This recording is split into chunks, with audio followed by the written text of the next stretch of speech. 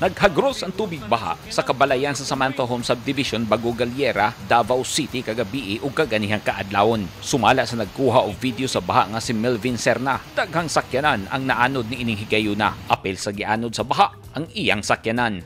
Matod ni Melvin, daw natuok sa daghang gapnod ug basura ang creek sa ilang lugar, mao nga milapaw pag-ayo ang tubig baha ug grabe sab ang volume sa tubig.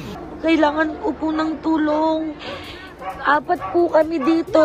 2 po ng mga... Perti kalawom na sab ang tubig baha sa Goldland Subdivision, Bago Aplaya, Davao City kagabi. Gani nangayo na og tabang ang mga residente sa lugar. Na dokumento ni Retsi Kuwan ang baha hasta siya ug ang mga bata nga anaanas sa atop sa kahadlok nga grabe pa ang baha. Pagkabuntag, ingon ini na ang sitwasyon sa creek sa Samantha Homes. Nagtapok ang daghang sakyanan nga igo na lang gitan-aw sa mga tao. Gani ang ubang residente nang hinlo na lang sa mga lapok ug basura nga gibilin sa baha. Apil sa gibaha ang mga nag-unang kadalanan sa syudad, partikular ang MacArthur Highway. Ang kusog nga ulan nga may resulta sa grabing baha hatod sa Easterlies.